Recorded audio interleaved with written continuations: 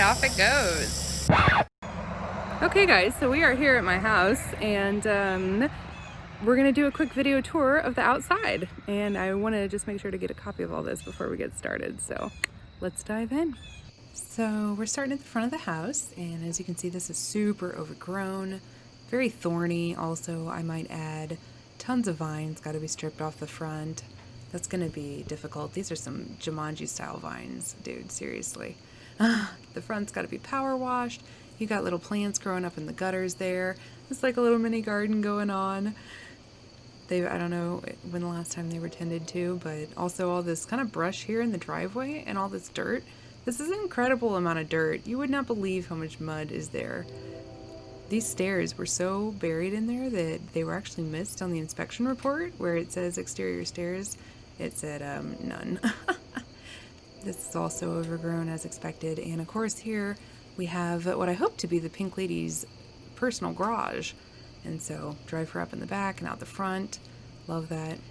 This has all got to come down here next to the house because one, it's just bad for drainage, but also roofers are coming.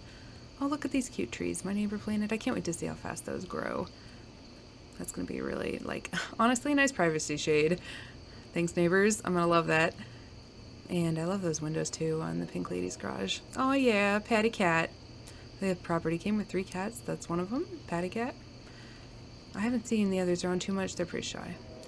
This property goes pretty far back. So the neighbor that was growing the trees right there actually took me out to the back of the property line, and it goes way far back. We don't get to see that on this tour, but once I get it all cleared out, I'll take you back there. It's very beautiful. Now, coming up here, this is also pretty overgrown. I noticed the private property sign. I felt that was like new. I hadn't noticed it before. But look at this jungle. Oh, yeah. Hey, where's Tarzan, baby? This was so overgrown, guys. This was, man, it was pretty thick. It was difficult. You know, I couldn't get back to the corner at this point to look back there, but I do kind of like the trees and their kind of palmy style. You know, that was nice, but all the water just running on the house, pulling down the gutter there. Yeah.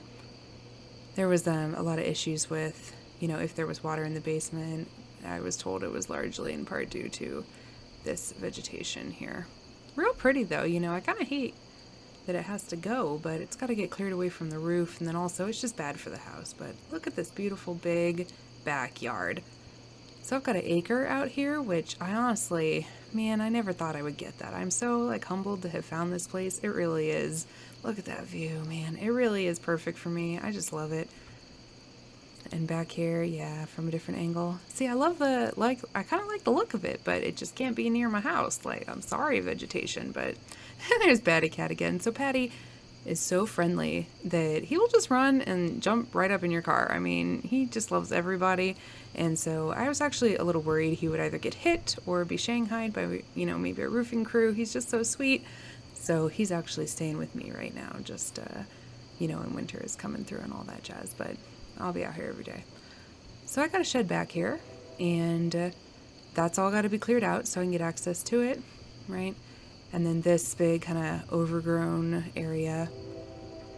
I kind of like the little archway it created, honestly, but a spider was making his little nest here every day, and I felt bad kind of having to knock it down, but sorry, boss, I live here now. I'll live with spiders as long as they're not in my way, but if they're in my way, they gotta go. All right, and here's my sister Chelsea. She's gonna be living in the in-law suite with me, which is gonna be awesome. And so, of course, she is also personally invested and is out here to work and help out. Shortly after this video, we get started on the lawn. This still just overgrown everywhere on all sides. The fence line all overgrown. Just gonna trim that back a little bit. That'll be really nice. There's some nice ferns here, like some pretty plants. I don't know anything about plants, so I might need to kind of look this up a little bit, but that could be like a parking space someday or a little garden. You know, I like how square it is and right next to that in-law suite entry there. And just look at all this brush. And that kind of tree growing up right on the side of the house there. Oh man, yep. Lots of work to clear that out. So at this point, I Did a little fudge and stopped recording, so we don't get to go all the way back around to the house, but instead I'm going to cut to a fun little context about another thing we're dealing with on this project, so enjoy the story. Don't forget to hit that like button, leave me a comment, and subscribe. See you next time. Hey there, Chels. Hello, Amberly. It's such a lovely day out today. Why are we driving with the windows up and the AC on such a lovely day? Because it smells like poop outside. It smells like poop outside. Will you tell the story of why it smells like poop outside? There's a man who lives a few miles from us who gets people to bring him poop, and human and animal, and then he purifies it and sells it as liquid fertilizer. Yep, that's right.